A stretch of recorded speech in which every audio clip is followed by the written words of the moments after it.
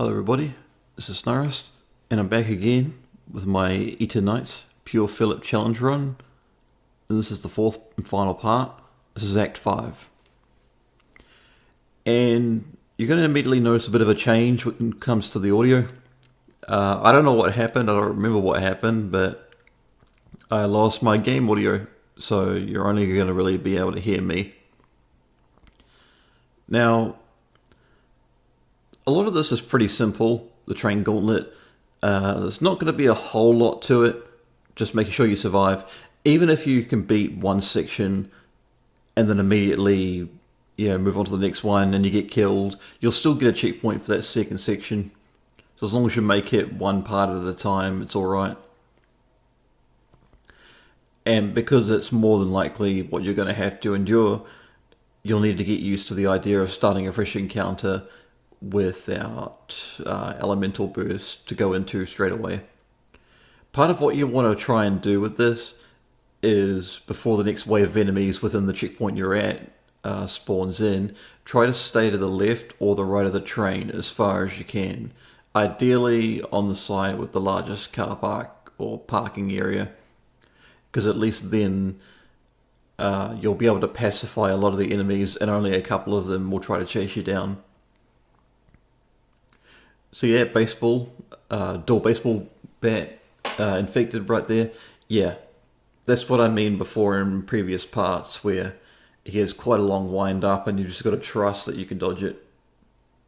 Like that first one where he jumps towards you, pretty easy to dodge. The second attack is a little tricky to deal with, but the third attack he does, that can also be a little tricky because he like spins them around.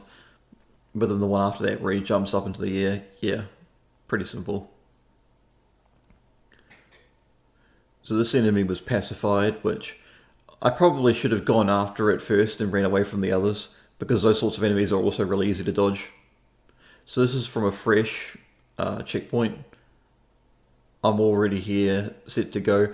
If you're running into this area for the first time, the moment you see that thing run, it'll start jumping towards you like crazy, so be prepared to dodge.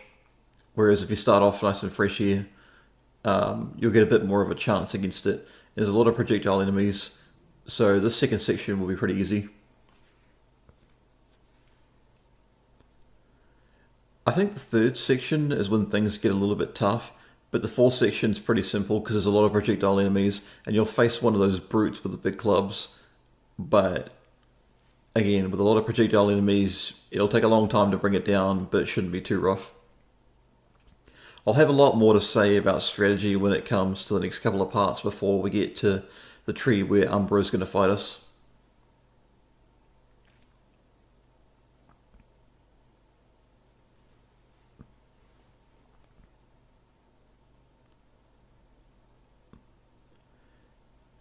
And yeah, I've had a lot of fun making these videos.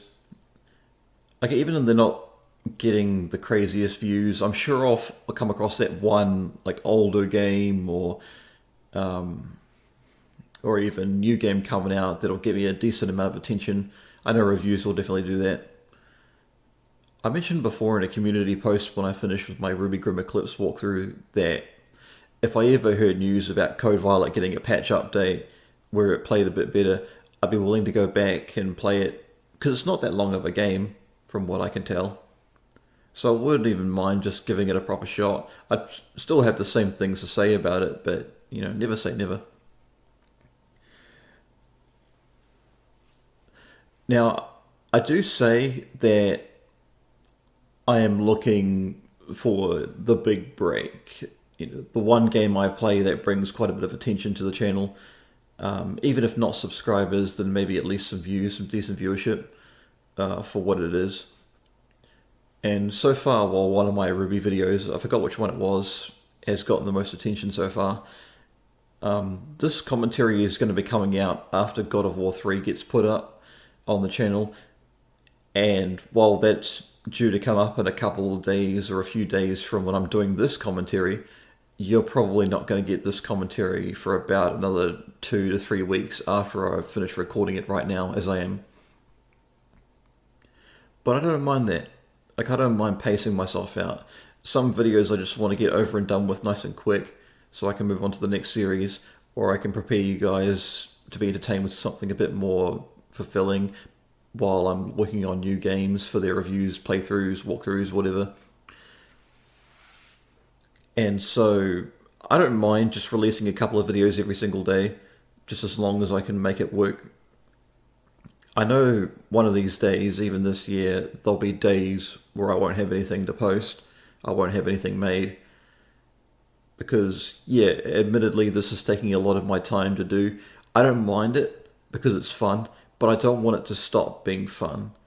And where it stops being fun is if I put way too much time into it and don't take the time to sleep, to eat, to get some exercise, and just to take care of my own mental well-being. And we're coming out to the final section, and as I said, there's plenty of enemies that shoot projectiles at you. Wait, is this the final section? No, sorry, I tell a lie. It's not the final section. It's just that that last one took a while to get through. So apart from just a lot of tedious fighting in this section here, it's not that bad. The next section where you haven't got any more powers and you're running through in a tiny alleyway, that's when it starts getting rough. In fact, now that I think about it, I'll bring it up what I was saying before at the end of the last video. Is that I don't know what made me decide to do it, but the original layout for the Act 4 and this Act 5 video was I was going to have a funny little intro with like a black screen and a somewhat comedic title, and it would have some sort of soundbite or clip from something else. And in the previous act, it would have been something like my unhealthy, unrelenting hatred for Delia. Because it hasn't come across the best in these commentaries, whether it was my last Eternights walkthrough or this one, but I really hate the Delia boss fight. It is technically one of the better ones, and it is a proper boss, and it definitely has a lot of weight to it, but I just don't like how unfair it is with the hitboxes and all this other bullshit. But of course, I've got no one to blame but myself, because I went out of my way to make the game more difficult, because even on expert mode, even though Delia is about the hardest thing in the game at that point anyway, you can still spam a lot of your abilities and skills. And if I used all those abilities and skills from my allies and my sword skills, and I was as competent at fighting her as I am in the challenge run portion, then yeah, I think I'd be able to mess her up pretty easily. Okay, now this is where it gets properly difficult. You can't sprint in this section, but you'll have enemies jumping at you. So try to bait the big dudes into jumping up and swiping at the wrong area. When you come up here to this baseball bat guy, he's going to hit you pretty much no matter what. You can avoid him if you want, but someone else will end up hitting you. That was very lucky. Don't stay too far to the left past those blocks I just ran, because you'll get caught on some roots, some tree roots. Now, if you can make it through most of this without getting hit, that's great. Move to the right to avoid that lady's baseball bat swing. And just stick as far to the wall as you can, because when you go around them, it lessens the chance of anyone hitting you. Now, this is where things get kind of bullshit, because if you go to the left of this big guy here, you'll get knocked. If you go to the right, you'll get smacked by them or the baseball bat guys. And I got jumped again, and you'll get hit multiple times. But luckily, he missed me, and the boss didn't wander in front of me, so I was able to get through. That looked pretty easy. That took me like half an hour to get to. A lot of that section is luck. It's really shitty, but again, I can't blame the game too much. I chose to play the game like this. That's how it is. And in this here, you're going to go through another gauntlet of fights. And if you can make it to the last one where you fight a brute, a couple of projectile enemies, and a couple of the other enemies that jump all around the place, then you'll get a checkpoint even if you die in that section. So you just got to go through a couple of fights and some other enemies that are set between now and then.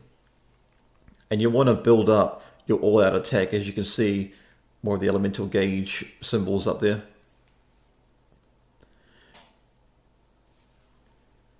And what I was saying before is, with Act 4's original title card thing I was going to do, the clip I was going to use was, I'm not sure if it was the original or if it was a discarded version of it, But growing up, there was a Nickelodeon show I watched quite a lot called Big Time Rush. And in the first episode, one of the friends of the main four boys in the group, they were doing a tryout for singing so they could get a chance to become a young upcoming talent in Hollywood for singing. And when he got mocked by the kind of fatty, balding, music producer, he felt like one of the other guys felt like he needed to defend his friend, so he jumped up on stage and started singing and harmonizing what's called the turd song. It's like, ooh, you're such a turd, big giant turd. And it just carried on for like a minute. I just took a little teeny bit out of that and used that as an intro. And then I decided to scrap it. It just felt kind of strange and weird the more that I sat on it and, before getting around to making this commentary. It just felt a little bit strange. But I think the one I was going to use for this video was even weirder because it's a clip near the end of an old Brandon Rogers video, or it was called like Grandpa Hates Halloween. And it was the clip where he's going out shopping with his nephew or something? And then someone dressed up as a goblin and with a real deep voice threatens to eat out his asshole. And he's like, what the hell? And then he wakes up and realizes it was all a nightmare. That was sort of the clip I was going to use as just background noise while I had the title. And I think I remember it being something like, would you rather fight the embodiment of the god of darkness, or would you rather just take a brisk walk down an alleyway getting gangbanged by monsters? Just because of the idea that you can't sprint through the alley section. Like, powers or no powers, I think you should still be able to sprint, especially since the cutscene after that's over. You can see it's just regular, like, projectile enemies chasing after you, like those kind of, what are they, schoolgirls or whatever? Like infected schoolgirls, and they're the projectile enemies. And they're just, like, hobbling behind you as you're running away and sprinting, whereas in the actual game you can't sprint and you're getting chased by all these other enemies. Yeah, ridiculous, stupid. So I'm just saving my elemental burst right now. Just slowly ticking away at the enemies, waiting for the moment where I can use it on the next section. But until a little bit forward from this point on, I don't know if I actually get to keep it, if I died or not. I think I survived. So yeah, break this barrier, finish this guy off, move on to the next section, and there'll be a couple of those lady infecteds with the baseball bats, and thankfully with enough practice you can pretty easily dodge them, get your elemental burst gauge back up, so not only do you have all that attack ready to go against the big guy, but you'll have an elemental burst ready to go. And don't be afraid to use it, because as soon as you get to the tree where you fight the tentacles, you'll get all your health back, but you'll lose all your elemental bursts that you have, and if you have the all-out attack ready to go, you'll lose that as well. So it looks like I might have survived this section. Again, this is pretty old footage to me. Like, 2 weeks isn't enough time for me to forget about all this stuff, even though I have a good memory, but just because I've been playing a bunch of other games. Like, I've had a lot of my thoughts preoccupied with things like Dead Space 2, doing a hardcore run of that. That took a lot of my willpower and fortitude. Another thing I got to add with these baseball enemies as well, the lady infected with the baseball bats, the single ones. If you can get the perfect dodge on them the first time, and you can whack away at them and get the strike off, you can hit them a few more times and finish them off before they attack you again, and they won't be able to hit you. So yeah, it seems like I survived the section. So I'm worried about missing all these enemies, so I try to get in the middle and take them all out. And I'm worried because the big guy's out of the radius, but you'll find that pretty much every enemy in this entire section dies. Well, for the most part, they do. So when you use your all-out attack, you don't need to worry about accuracy. You can just go ahead and use it and everything will drop dead pretty much. Apart from the bigger enemies like these brutes. And I understand that it's like a more of a finale type of ability, but it really is just so powerful. And even if you went onto expert with no upgrades and went New Game Plus, which I haven't done before, but I can only assume because you'll have your all-out attack, you can almost never find a chance to use it. And when you get to an encounter where you can use it, it doesn't matter because it's overkill. And you might die to some other bullshit and you end up losing it. I mean, it could work well against Delia. I think it'd be quite fun, but yeah. Okay, so this is a tentacle fight just outside of the tree. You'll want to focus on these enemies first, just building up your gauge, building up your all-out attack. And if memory serves me correctly, I actually managed to get 2 all-out attacks in one go. And I get really close to dying as well. So build up your elementals and attack these tentacles as best you can. Don't fuck up like I did just then. And when it comes to these projectiles raining down on you, which they will for the most part, and they can catch you just out of an animation, which is stupid, try to move left to right. If I'm not mistaken, you can count how often the projectiles drop, you know, the gap between them, and how many actually come down on top of you. Like, I think I counted there, it was about 4 of them. So there's another one, and another one, and another one back there. So sometimes it'll be 3 or 4, and there's a bit of a break in between them. So that's when you want to use your elemental bursts, or at least when they're halfway from dropping. I wonder if in the middle of that animation you can actually twiggle the sticks back and forth to confuse the projectiles so they stay away from you all the time. And before I noticed I got a perfect dodge, but I'm pretty sure that wasn't from the projectile because I've never got it before. It must have been from something else. So yeah, I kill that tentacle, more spawn in, and so other enemies are going to get tempted to jump in. And now I'm 1 shot away from getting killed, and I've still got about a couple of minutes to go for this fight. I will say, after I reviewed the footage in this video, funnily enough, I think I kill Umbra just as fast as I do in the last playthrough that I did, or the last walkthrough. Because I was using Min and Sia's abilities to freeze her attacks so she's slower, and stun wave to get her knocked down so that I could do a better job of landing attacks on her. But for some reason, the timing is exactly the same for how long it took for me to beat her.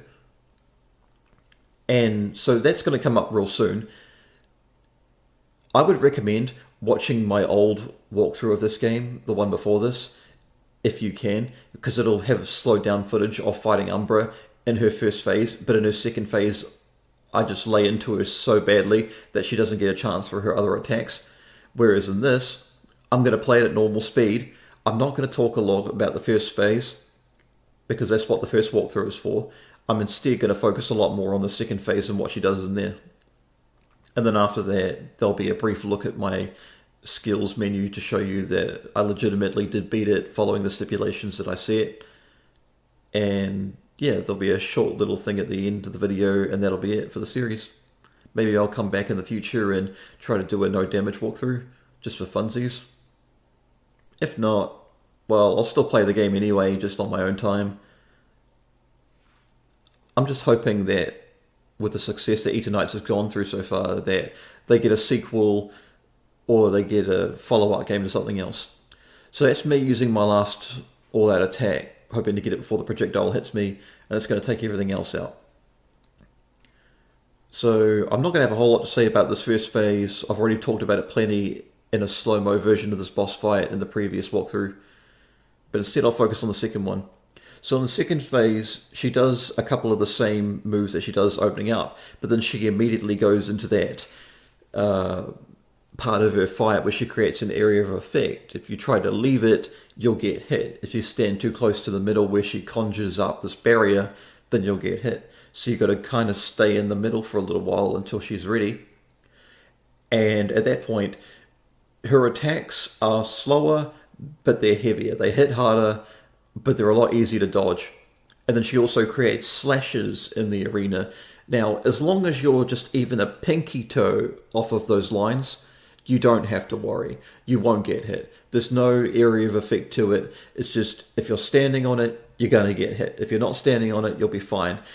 And I'm pretty sure it creates a tiny little wall where you can run into it and take damage.